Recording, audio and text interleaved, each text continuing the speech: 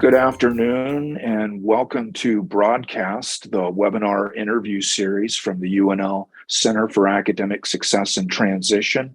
I'm your host, Dan Hutt, and today we are delighted to have with us former UNL Assistant Vice Chancellor for Student Affairs and current Senior Advisor to the Mayor, and one of the finest speakers and nicest guys in the land. TJ McDowell is with us. TJ, thanks so much for being here today. Thanks for having me, Dan, and I appreciate that very warm and kind introduction.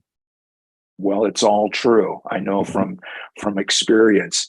Now, we'll start with the basics, TJ. I know that you're a proud Lincoln High alum and you were star quarterback for the Mighty Lynx. Were you born and raised here in Lincoln? Yes, I am what I like to say, a homeboy. So I was born in Lincoln. Lincoln, I consider 3129 Dudley my home. So I'm a Hartley Hornet, color Cougar, Lincoln High Link class of 1990. And then I attended Nebraska Wesleyan for undergrad and did my master's work at the University of Nebraska-Lincoln. Okay, very good. So I was born, raised, and worked my whole life in Lincoln. Excellent. Now, did you always know you were college bound when you were in high school? What were your plans after high school initially? I did not always know I was college bound. In fact, Dan, I thought the only way that I was going to go to college is if, at the time, Coach Osborne called and offered me a football scholarship. So actually, right before my senior year, Coach Osborne hadn't called. I didn't think I was going to be able to go to college without that football scholarship. So I actually, the summer before my senior year, tried to do delayed entry into the Army. But I needed my parents' signature and my dad didn't want me to go, so he wouldn't sign for me. Okay, I didn't know that. Yeah, so the answer is no, I didn't think I was college material. My parents didn't encourage me to go to college. And I think in hindsight, I think they were worried that they wouldn't be able to afford college. So they were worried I'd get my hopes up about going to college and then they wouldn't be able to afford it. So they never pushed me to go to college. Okay. Well, that's probably good to not push you one way or the other, right? College is hard enough as it is if you're not going for yourself. What was behind your decision and to go to Wesleyan for your undergraduate education? And what was your major when you went there? So I liked that Wesleyan was small. It was actually smaller than the high school I went to. So Lincoln High in 3 grades had 2,000 students when I was there. Nebraska Wesleyan had about 1,600 students. So I went to a school that was a college that was significantly smaller. So I liked that small campus. The other thing and it was how I ended up there was I liked the opportunity. I liked that it afforded me the opportunity that I could have played football. I could have continued to play football. I did not end up playing football. About that. Yeah, I didn't play football my first 2 years. I played my junior year, but not my first 2 years. But then actually, it was cheaper financially also for me to go to Wesleyan than the university because of scholarships and financial aid. Yeah. Okay, very good. Did you know Wesleyan at all, just as a Lincolnite, before you went to school there? Or you were learning it as you went? It's so funny when the football coach was the first time I made a visit, and the coach calls and says, "Hey, TJ, we'd like you to come on campus for a visit." And I said, "Okay, how do I get there?" So he gave me the directions, and I went, "Oh, Wesleyan." And I said, "Wesleyan is in Lincoln?" I didn't know Wesleyan was in Lincoln until my senior year of high school. Wow. Yeah. And what did you study when you got there? I started as a social science education major, but then ended up getting a degree. I got a degree in sociology, and I minored in American minorities and women's studies. Wow, what a great combination. Very good. Now, had you thought about that sort of course of study previously, or did you kind of learn the lay of the land after you got to Wesleyan and made those decisions? Well, I always knew I wanted to work with young people in some capacity. And I thought the best option was to be a high school teacher. And I felt like I couldn't teach what I didn't know. So I wanted to teach history, but I wanted to include the contributions of minority folks and women into my teaching. And that was really important to me. So that's why I minored in American minorities and women's studies. And it was women's studies then. Very good. It's gender studies now, but it was women's studies then. Okay. How would you describe your undergraduate experience at Wesleyan? You know, I was really grateful I made the choice I did to go to Nebraska Wesleyan, but it was challenging. Yeah. There were some really challenging aspects. First off, it felt like there was a culture on campus, like in higher ed, there's a higher ed culture. And I didn't understand it at first. And it felt like all my peers knew what was happening and seemed like they were all really confident and, so that was a challenge. Financially, money was always a struggle. So I was always trying, make sure I could afford tuition for the next year. And then, as a Black male, first generation, low income kid going to a small private school, it took me a while to find my crew and to find my place where I felt comfortable. Okay. But you did ultimately. I did ultimately, yeah. Okay. Did you work part-time when you were in college as well, or just school? I did. My first job was I was a work study student in the Office of Student Affairs at Nebraska Wesleyan. And then one of the really cool parts about my journey is that later on I went back and I ended up becoming the vice president of student affairs. Oh, what a great story. Yeah, that's terrific. That was really cool. With some of the same people by chance? Most of the people in the office were gone. Some of my faculty were still there.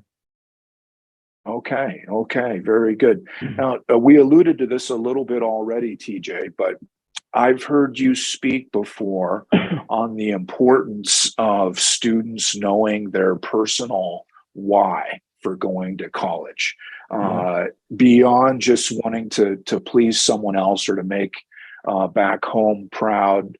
Why is that so vital? Well, I feel for students to know their why. Yeah, I think it's probably, for me, when I look back, it's probably the most important question. It's probably the most important. It's probably the most important thing to be really clear about in order to be successful in college. I think your why is more important than your ACT score. And the reason why I think it's and the reason why I think it's so important is because, and it has to be clear and compelling and personal for you, because if we're really honest, college requires a sacrifice. It requires you to make some choices that maybe you don't want to make, and it requires some effort and you got to really commit to it. And so if your why isn't college is hard. College is hard. If it wasn't, everybody would have a degree. And so it's really important that you're really focused. My why was really important. I knew that I needed to get a degree to do what I wanted to do ultimately. And I almost quit school 3 times. And so, so if it hadn't been for my why being so strong and so compelling, my first semester I wanted to quit because I felt really alienated and didn't feel like I belonged as a first generation low income Black student on campus that was primarily white. The money situation happened all the time. Like every semester was like, can I come back? And then I got sick. Right after I turned 21 and had to withdraw from school for a semester. And so I almost didn't go back. And so, but I knew that what I wanted to do long-term, I needed to get that degree. And I'm so glad I did. Right. Nothing wrong with wanting to make mom and dad proud back home, right? But they're not going to do your homework for you. So your why better be pretty compelling. In that sense. I'm with you entirely. Now, students here at UNL and at Wesleyan as well know going in that they're going into a curriculum that is vast and that they will take courses in all manner of areas beyond just their particular major. And we talk in my Nebraska Plus courses, for instance, about how that makes one a more well-rounded person. Do you recall some of the courses that you took outside of your major and minors that were particularly impactful? Yes, because it really aligns with my overall philosophy about higher ed is that the fundamental purpose of education is to increase our capacity to serve. So I believe that each level of education you get gives you the skills and equips you to be a better servant and a better leader and to make your community better. And I feel like each of us who gets an education has that obligation. That's how I was oriented. That's how I was, the leaders that I studied, that was their orientation and their philosophy. And I just really adapted it for my own self. But I think higher education really should be teaching you 3 skills. 1, how to think critically. 2, how to communicate clearly. And 3, how to solve problems across differences. And so when I look back on the courses that were at first, maybe I didn't want to take, my first year composition class. Me too. Where on my first paper, the instructor just was very critical of my writing and really gave me lots of constructive feedback. And I worked really hard in that class. Red ink everywhere, probably. Red ink everywhere. And I realized that course was really important because as I looked at the way my college career was going to go, writing was going to be really important to my college success. And so I really buckled down. And by the end of the semester, that instructor was using my paper as an example for her next semester students to say, this is what a good, yeah.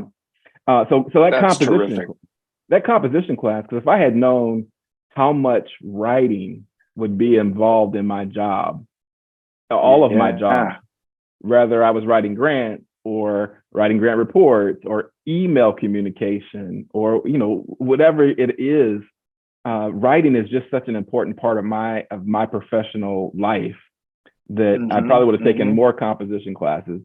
And then there was I'm glad that you mentioned that class. A lot of UNL students take that class as well, and it really is foundational for so much else that's coming around the corner. So that was certainly true for me. As you were saying. Yeah, that was certainly true for me. And then, and Dan, you might be surprised by this, but I used to be petrified of standing in front of people and talking. And so, wow. And even now, I still, anytime before I talk, I always have a level of anxiety, no matter what the talk is, no matter what the audience is. And I just get this anxious feeling that I want to do, because I want to do well. And so I get nervous that, I don't want to bomb it.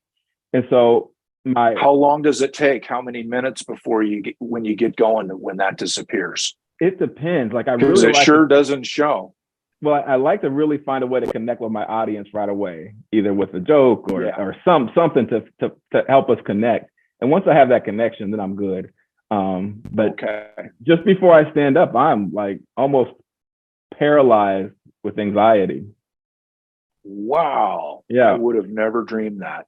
So I took a speech class my junior year. And so that one was really, really helpful. I really appreciated that. And then I had a world religions class. And the reason why that was so significant, because I said that I believe that one of the things we have to be able to do is to solve problems across differences. And religious differences is part of that. And the instructor's approach to religion, his openness, was something I hadn't experienced before that. I had experienced religion as very judgmental and people very kind of siloed and very rigid in their beliefs. And his openness and talking about, all these religions really made an impact on me, a significant impact. And so those 3 courses probably were some of the best courses that I got. Yeah. And so I was really glad I went to a liberal arts school where I got that kind of broad cross range of classes that I wouldn't have taken had I not gone to a liberal arts school. You bet. Mayor Baird's answer to that question was art history courses were very instructive for her in thinking about the world and whatnot. Yeah. I love your whole ethos and attitude about education being so that you can be in service to others. Lincoln is so lucky to have you in city government in that sense. Well, TJ, what do you think about? Well, not at all. What do you think about the concept of college as a time to academically experiment and maybe even get a little bit lost as you're discerning your pathway in life? I think that's really important. I think that's a really, really important aspect of college. And unfortunately, it seems like really the narrative is that the only purpose of college is to get a job. That's the kind of the narrative you hear. And in fact, colleges are ranked on, majors, students graduating and getting jobs. And And I think get that's a job and get through yeah, as fast as you can. yeah. And I do think that's important. I don't want to downplay that, but I also think that Sure. for some of us, we come in and it's such a transformative, almost evolutionary period in our development as people and as humans. And so I think it's really important to try different coursework that you would have taken, try meet new people, go new places. I think that's such a big part of what should happen during that college years. And so I think it's really important. And I think it's fun to try out different versions of yourself. Well said. Yeah. And I think one of the things about us as people, a well-lived life is a life that evolves, right? So you start with one set of lived experiences and understanding of the world. And as you get older, you should have a bunch of diverse experiences that help you see and test and challenge your ideas and your prejudices and help you to live a fuller, more robust, exciting life. Yeah, it is all about test driving things, isn't it? Taking chances before you've got a mortgage payment due every month, and taking some risks and whatnot. Former BroadCAST guest and former Nebraska Governor and U.S. Senator Bob Kerrey said, "College is not meant to be rushed through," and he said that from his own experience as well. But in any case, is there anything that you would do differently as an undergraduate now, if you could go absolutely back? If I would go back, I would absolutely study abroad. Okay. That would be one thing that when I look back on my undergraduate experience, which was phenomenal. I mean, once I kind of found my place, I had an opportunity I was the vice president of student government. I started an RSO, looking at multicultural issues. I was, an RA. I had such a great undergraduate experience. But when I look back, the one thing that a lot of my peers did and a lot of students are doing now is they studied abroad. And because I was poor, I couldn't afford to do it. So I never even explored the option. But in hindsight, I really wish that's something I would have done.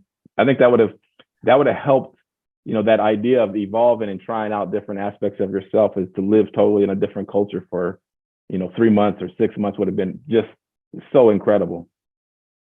Totally agree. And I think a lot of students still today have that idea that it's not even a possibility to study abroad. But thankfully here at UNL, at least right now, that's more doable than ever, I think, accordingly. Where would you have gone?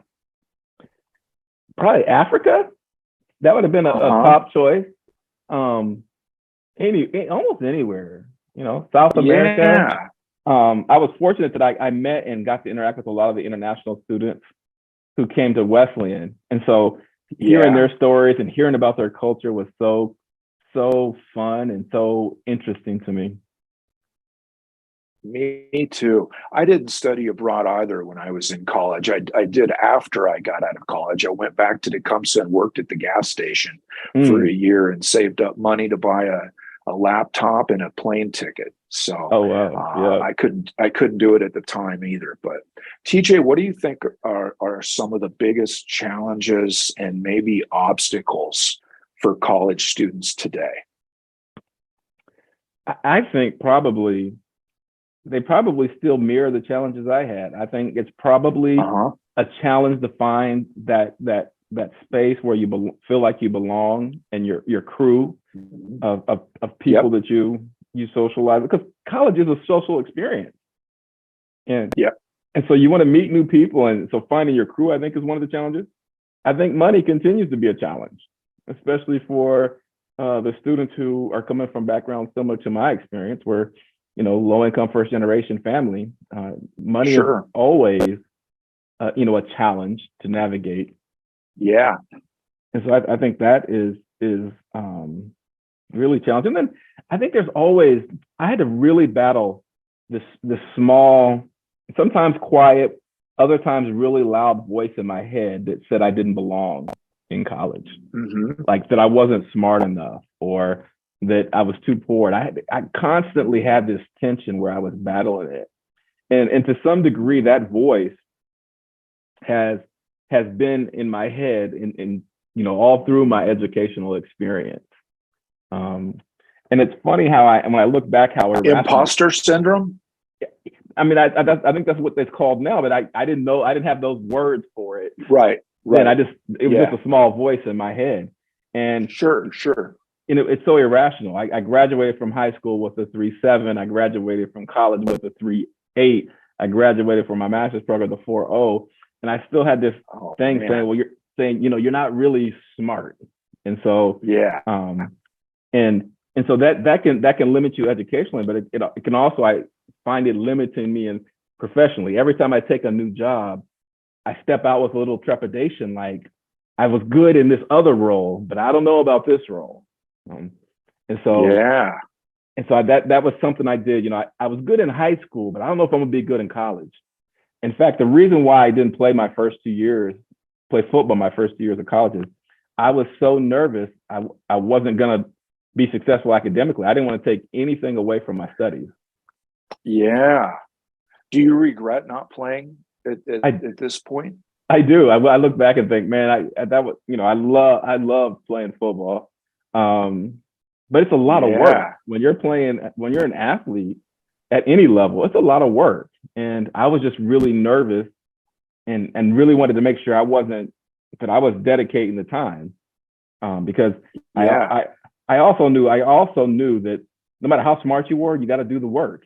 And so, I was going to be able. That's right. And I understood that there was going to be a lot of that work was going to happen outside of class. And so I came in very, very focused. And I really wanted to make the Dean's List my first semester. And I had a 3.72 my first semester. So I missed Dean's List by a little bit because you needed a 3.75. But I made it most of my other semesters. Yeah. But that was really important to me. And part of it was this equation I had in my head was, I know I'm not going to go to the NFL. So I wanted my undergraduate experience to be filled with a lot of experiences that either directly or indirectly was going to help me when I left college. So, leading student organizations and doing excellent schoolwork and working a part-time job, all those things were going to help me get ready for my life after college. And I felt like there was more value in that. That sounds like a terrific outlook. I don't know if I had that worldly, so to speak, outlook at the time when I was an undergrad. I didn't see the future in the same way or consider all those aspects. Well, I think. Go ahead. Yeah, I was going to say one of the things that I tell people this all the time is that. And now I have words for it and can articulate it now. I didn't know it when I was in college, but I really believe that our best job interview for our next job is to do our current job better than anybody else can do it. So as a college student, that was my job. So I wanted to do it at a very high level, which then helped me get my first job. And then so that philosophy has really worked out for me. That I don't. Sometimes people ask, well, TJ, what are you going to be doing in 5 years from now? And my answer was, I don't know. I'm gonna try to do this current job, whatever job that was at the time, better than anybody else can do it. And the next thing will take care of itself. And the only thing I've kind of requirement I've had is that I had to be able to serve and to help people, and ideally have a bigger platform or bigger capacity to do such. I know this about you. We've talked before, and you've said that to me. Just do your thing, Dan. Those other things will take care of themselves. Yeah, that stuck with me. What a great approach that is, TJ. One of the most powerful testimonies to the transformational and generational power of education that I've ever heard comes from a story that you sometimes tell. Involving Henslick Hall here on the UNL campus. Would you share that story? Sure. So I mentioned, so my dad he died in April. He was 90 years old, African-American man from rural Mississippi. He did not graduate from high school. He could kind of read. I never seen him write a complete sentence. I never seen him write more than maybe a few words and his name. And my mom had me a year and a half after she graduated from high school and never attended college. And so I was the first person in my family to go to college. Now, my dad is Black, my mom's white. I didn't meet my mom's parents, even though I lived in Lincoln and so did they. I just never met them. Later, I learned that my grandfather spent his career as a building superintendent. As a custodian, but eventually he oversaw a building. And the building he oversaw for like 30 years of his career was Henslick Hall at University of Nebraska campus. I learned this later because I was giving a talk about diversity to a group, and it just so happened that this guy was in the talk who my grandfather had hired and told me the whole story. And so, but the thing that's so crazy about that is I did my master's in education at the university. Almost all my master's of education classes were in Henslick Hall, the building that my grandfather used to clean. And so but the next level is my daughter, who just graduated from Nebraska Wesleyan and who is now teaching at Lincoln High. She graduated. She was one of 5 students in her class that every semester had a 4.0 or higher. So her picture's on the wall at Southeast, and she had a 29 ACT. My son graduated with a 4.0 and something, got a 32 on the ACT, and is now a junior at the university. Oh, man, it just keeps going. Yeah, that's the thing I always try to stress to young people is that the education, the sacrifices that you're making now to get that degree have generational impact, generational effect on your kids and your grandkids, great on down the line. I grew up in a home where we You're didn't, proof of that. I grew up in a home where we didn't really, I don't remember books in my home. Now we subscribed to the newspaper that my dad would look at, but there wasn't just books in our house. And so I grew up with this idea that, smart people, successful people have libraries in their home. So my kids always grew up with a lot of books, and now they each have their own library collection and both love to read. Yeah. That's powerful stuff, TJ. And I know you're a big reader, and I want to know about your library in a little bit here. Okay. You're always reading. Yeah. Yes. I know that about you. Yeah. Yeah. Now, speaking of stories and storytelling, you're one of the best in the land, as I mentioned earlier. And I know that when you speak, you often don't even use notes or anything like that because you've got the message and the material memorized and it comes from the heart. Does your knack for storytelling in that sense, did that contribute to your approach in your master's thesis to go with the narrative inquiry method that you did use? Was that part of that? It was, but for me, and I think it's because my ancestors were storytellers. African people were storytellers. That's how they communicated important information and taught the young the important stories. But I just believe our stories are so powerful. I believe our stories can literally and are literally changing the world. And so as a speaker, I remember watching great speakers and thinking, I want to be a good speaker someday. And then when I would listen to the ones who really moved me, it's when they told a story, especially a story from their own life.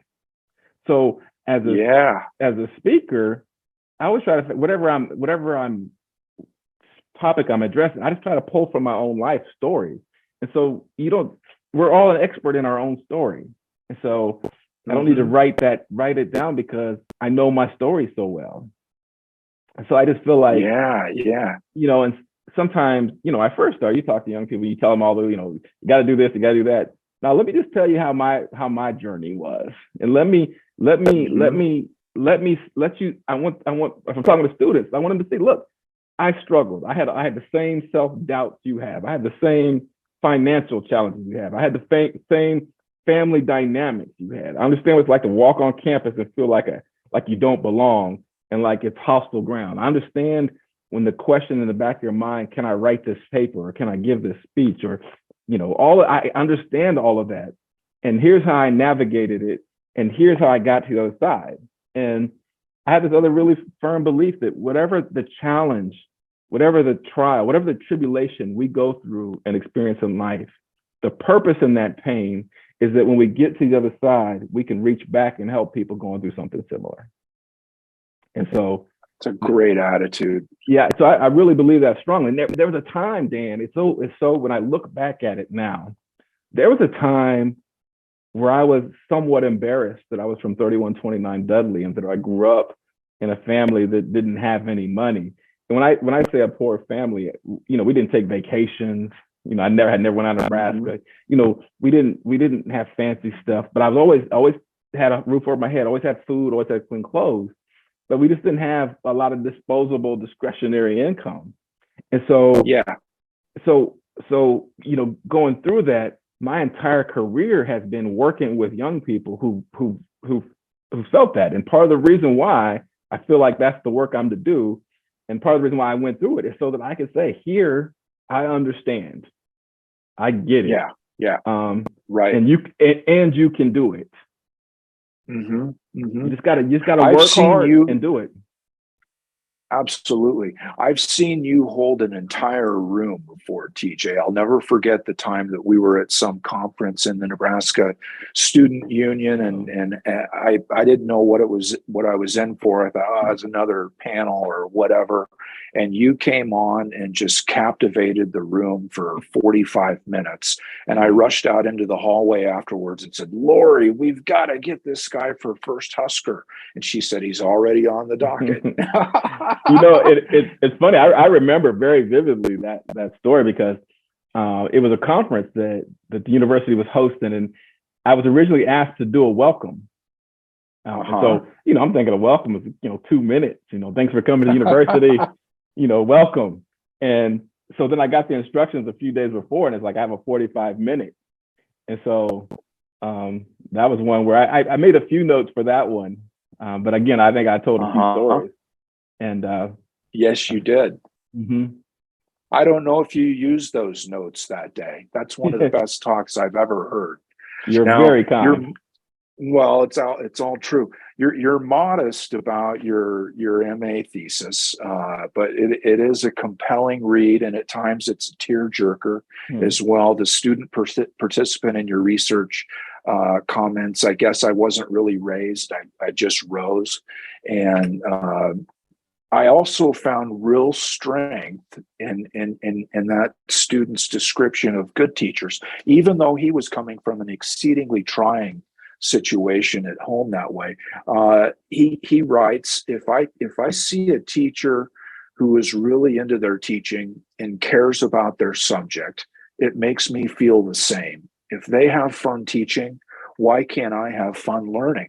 And that just really struck me. Enthusiasm in the classroom is reciprocal in that way, isn't it? For any student. And likewise, when an instructor is just going through the motions and mailing it in, don't expect much from the students either, right? Yeah. Dan, there's so much that I want to say about this particular topic. And I'm going to start by saying to your original question, I always said that to be a great teacher, you need two things. You got to love your content and you got to love your students. And you got to have both. You got to have both. Mm-hmm. The passion for your subject matter can be contagious.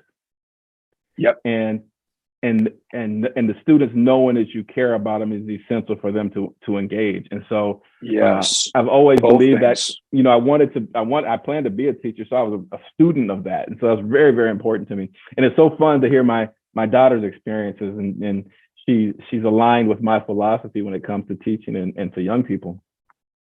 But what does I want to teach, TJ? History, social science education. So it's really funny. I went in as a history, social science education major, switched to sociology. She went in as a sociology major and switched to history, social science education. Yeah. What do you know? And it's funny because she went to Wesleyan, so she had, my advisor was one of her instructors. One of my dearest, longest friends is her advisor. And so it's just such a cool experience, and I'm able to do that because I'm in Lincoln and all of that. But I want to say just a little bit more about the and it's interesting that you bring it up. But the origin for the reason why I did the project that I did is I worked for Lincoln Public Schools, and I worked with three high schools, Lincoln High, Northeast, and North Star. And in my role, I was coordinating a grant to increase graduation rates. But the grant coordination didn't take a lot of time. So I went to the administration of those three schools and said, give me 10 Black males in your building. And I want 10 Black males who have attendance issues, behavior issues, and aren't doing well in their classes. So they had some challenge. So I just said, give me 10, and every week I'll come and I'll check in with them. And so the focus of my paper, of my master's, when they gave me all this, the rundown on him, and asked me if I would meet with him, and when they told me all this stuff, I was like, it was really like a lot in his life. And then I met him, and I went back and said, hey, I think I must have introduced myself to the wrong kid, because there's no way that kid has all this stuff going on that you said, that homeless and all this kind of stuff. There's just no way. And so it was the right young person. So, and I had kids with very similar.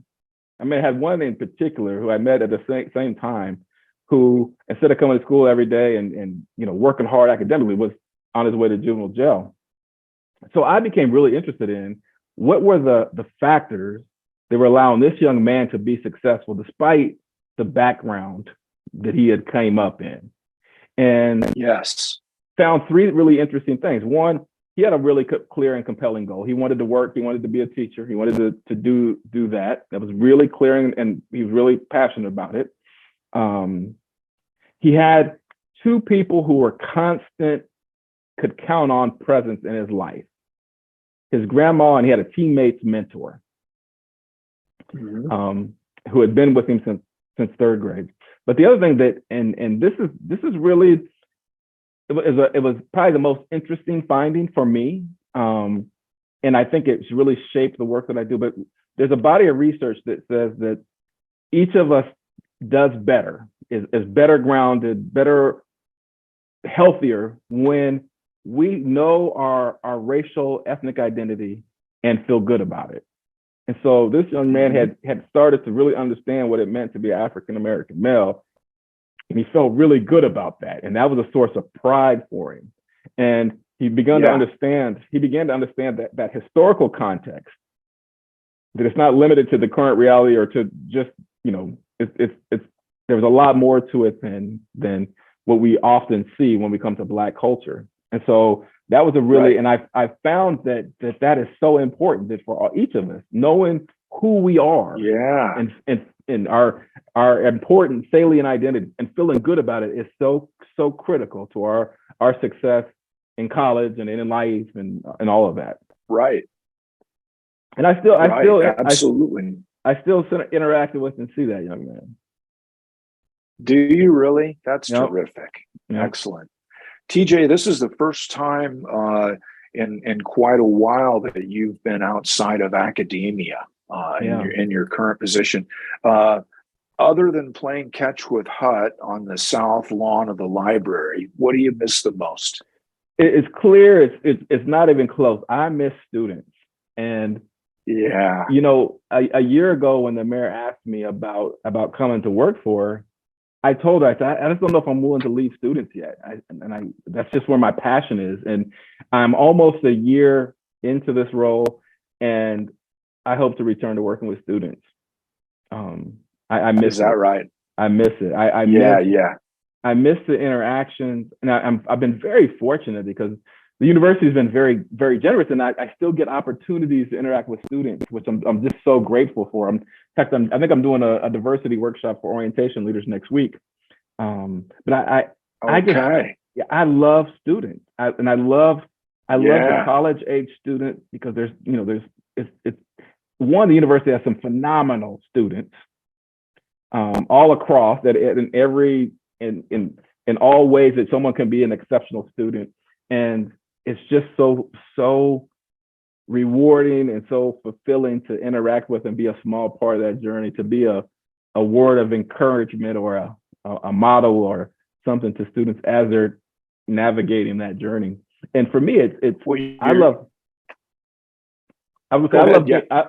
I love being with students when they're successful, when they're celebrating. But I also love being with students when they're at that moment where they're like, I don't know if college is right for me, and I feel like Mhm. through my career, I've just talked to so many students at that juncture, and Yeah.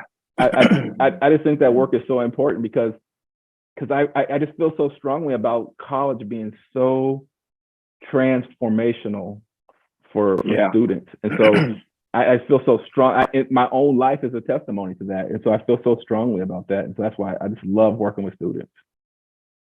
Well, you're terrific at it, so it doesn't surprise me at all. It makes all kinds of sense that you're interested in continuing that. Yeah. Speaking of Mayor Gaylor Baird, she's a previous guest on BroadCAST, as you know, and a good friend to our office. I know that part of the draw for you in joining the mayor's team as senior advisor is the One Lincoln initiative. Would you speak more about that?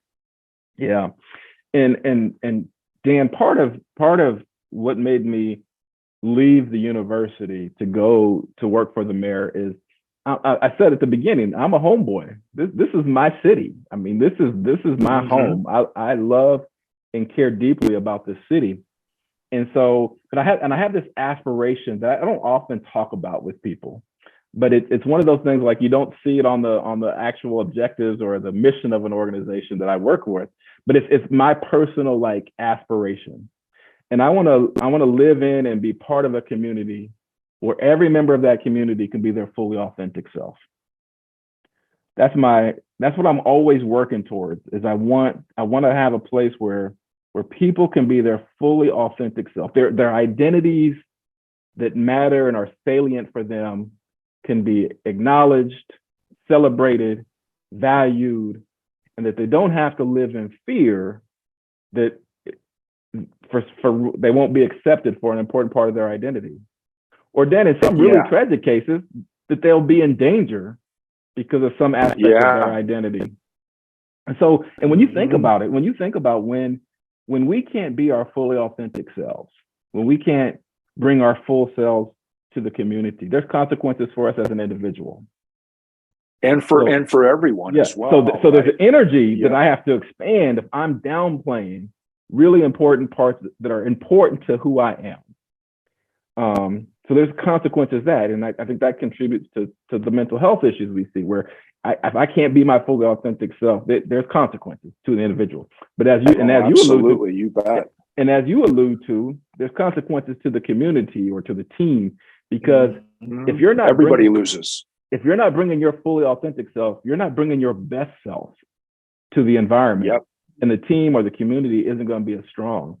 And so that I just feel really strongly in that, and that there's ways to create and help people feel like they can be their fully authentic self. There's things we say and that we do that communicate either that's okay, that's valued, we celebrate, we acknowledge that, or that's not okay. And so it's just because of how I grew up, where I grew up, the friendships and the relationships I've had. I just believe so strongly in it. And so the mayor's One Lincoln initiative that's working to make Lincoln more equitable, inclusive, and more welcoming is that's the reason why I said yes. Now I'll tell you, I found that it's a lot harder to operationalize that goal working in city government than it is in other places. Well, once again, Lincoln is lucky to have you with the outlook and approach that you have that way, TJ. Turning back to a couple of years ago, in one of the most tumultuous times in Lincoln history, in the aftermath of the George Floyd killing in Minneapolis, Lincoln, like so many cities, experienced riots, some of which were adjacent to your previous and current workplaces, a block from my house as well. What was going through your mind at the time? What were your thoughts during that difficult time period? Yeah, and it was a difficult time period. I marched.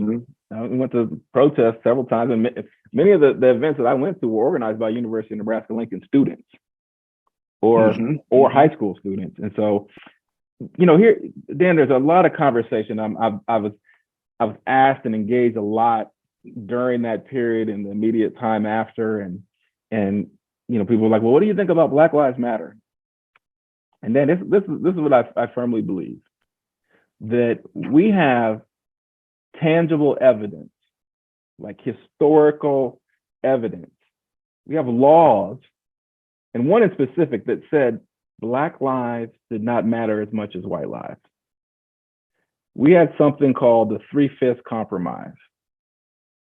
There was a law of the land, and it said that if you had one drop of Black blood in you, one drop of African blood in you, you were considered Black, and then you were counted as 3/5 of a person for purposes of determining congressional representation. Wow. The reason why they called it the 3/5 Compromise is because in that time after slavery, the southern states had so many more slaves, African people, that if they counted as full persons, the South would have had more but we have tangible evidence that literally said on the book, this is the law of the land, that African people, Black people counted as 3/5 of a person. And then you look historically, Jim Crow, the Black Coat, all of that continued to persist. So when people ask me, we have tangible evidence. And for me, the thing that was always so challenging is Black Lives Matter is like, it's such a low standard, like just matter, not matter more, not only, not only, it's just Black Lives Matter. And it was the cry of a people that have been oppressed for their existence in this country. And so, it was a hard time. It was a hard time. And, I felt that very, very personally, and Dan, another where it's become like this really weird personal thing for me. My name is Tyree James McDowell Jr. I've been going by TJ since second grade, but my full given name, my first name is Tyree. Yeah. So here recently, when Tyree Nichols was murdered, and I had never seen my name spelled the same way, pronounced the same way ever in the media, unless it was like talking about me. I mean, I usually by TJ. So it was such a surreal experience. There was a group of advisors sitting with the mayor, and we were talking about a statement, and seeing Tyree on the paper was a surreal experience for me. Some people would take that for granted, but I see where you're coming from. There's not a lot of Tyrees spelled Tyre, pronounced Tyree around. Yes. Now, you mentioned the protests at the time. I remember Mayor Baird being on the ground as well with the people. And I was so impressed by that. Is that seeing her in that capacity, did it go through your head, this is someone that I could really work with and be behind someday? I've known Mayor Leirion for a long time before she was on the city council and before she was mayor. And she reached out to me during that time. So we had a couple of phone conversations, and, I consulted with her about, what was going on. Her husband was my Boys State counselor, Cornhusker Boys State counselor in 1989. So I've known her for a long time. I did make a decision because I believe in what she's trying to do on behalf of the city. And so, having that personal relationship, knowing her beliefs did absolutely contribute to me saying, I'm going to leave the university where I thought I would retire from and go take this chance. Working for someone who's going to be up for election a little over a year after I got there. And if she doesn't win, I don't have a job. So that was a big risk. Yeah, of course. That's a big deal. Her love for the city is large. And I love hearing about your love for the city as well. I'm not a native Lincolnite, but I've lived here for about 30 years. So I think I qualify in some way, but I really love this place. I've always thought from a UNL student's perspective that one of the great attributes of this university is its proximity, being adjacent to downtown, and all manner of interesting shops and restaurants and places like A Novel Idea, the Coffee House, the Zoo Bar.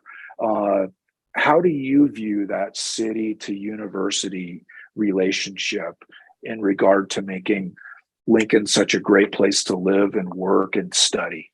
Yeah, I do think that location of the university is a strength, and I think it really lends itself to community engagement.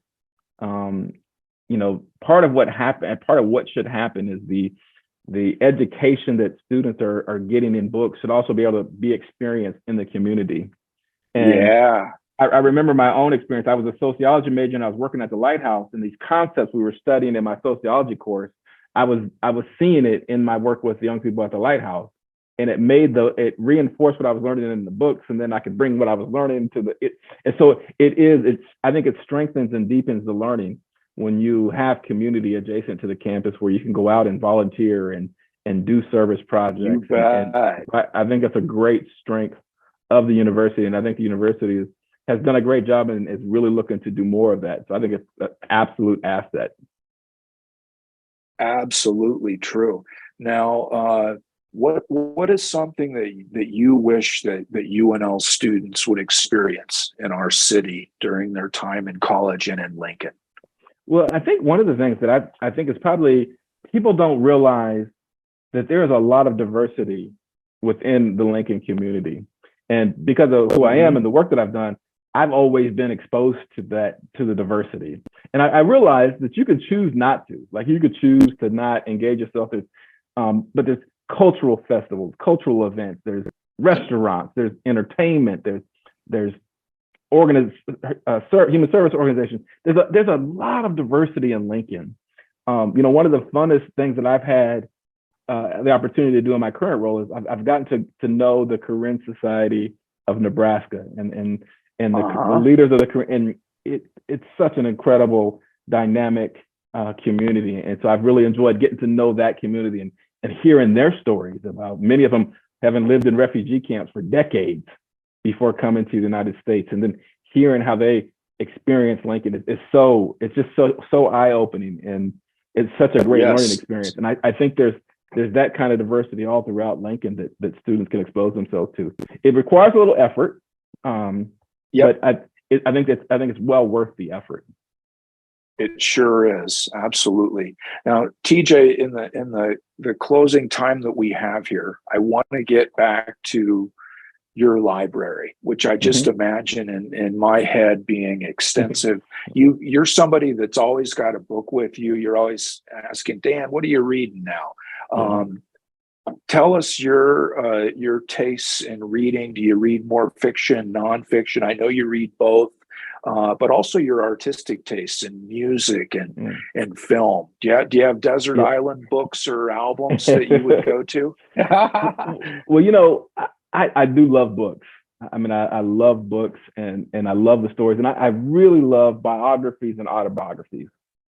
I love hearing people's story. I love reading their story and seeing how they navigated their challenges and tribulations. So in December, my wife and I stayed in Omaha for a couple of days, and we went to this really cool used bookstore. It was just a gigantic, books everywhere, piled up on the floor. And my dad is my kind of place. Yeah, my dad is from rural Mississippi, a little place called Centerville, and he was 90 when he died. So he was born in 31. So he grew up in Mississippi when it was very segregated, very, very repressive and oppressive of Black people at the time. And all these books just everywhere. I found this book called Local People, and it's about Mississippi, and it talks about my dad's hometown and the local people that worked who risked their lives to get Black people to vote, registered to vote, and the right to vote. Wow! And it's so phenomenal to read about some of the stories of places I've been to with my father. So what a find! Yeah, that's my current read right now, and I'm loving it. I love it. I think I told you my favorite. What was that? Go ahead.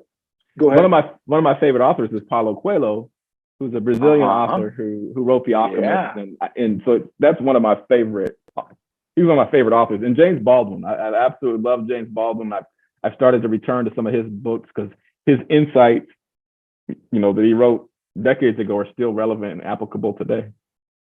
Uh-huh. And I have so much admiration for you, among other reasons, TJ, that you're open to reading fiction. A lot of people in higher ed and administration, it's only biographies or only nonfiction, but you read a lot of fiction as well. You had Timothy Schaffert to your book club meeting not so long ago. And just that example of the perfume thief. I mean, it's so beautifully written. It gives you these insights to life and the human experience.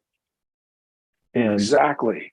Yeah, and I think that's one of the great things about fiction is that, You bet. Yeah, absolutely. Now I'm a music guy, but I don't think I've ever asked you your tastes in music. What kind of music do you listen to? So, I'm a R&B hip hop guy. That's my core. That's that's what I came up on. I love blues. Yeah. I've developed a real affinity for blues. And I don't say this often, but I'm going to share this with you. I like a little country every now and then too. Yeah. Okay. Mm-hmm. So you're open-minded. You've got some diverse tastes that way. Yeah, you like the Zoo Bar here in town as a blues fan? I haven't been down. I'm not. So the other thing, Dan, I go to bed at 8:30 usually during the week.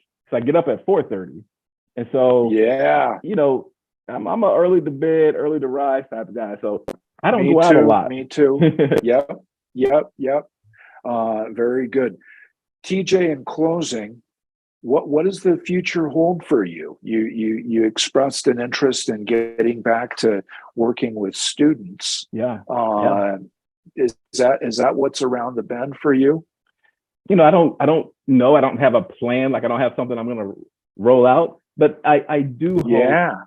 I do hope, and it's always my intention to work with students again, primarily in higher ed. I would love to come back to university in some capacity, but I'm really open. So long as I can work to make my community better, especially for young people, that's what I'll be. That's what the future holds.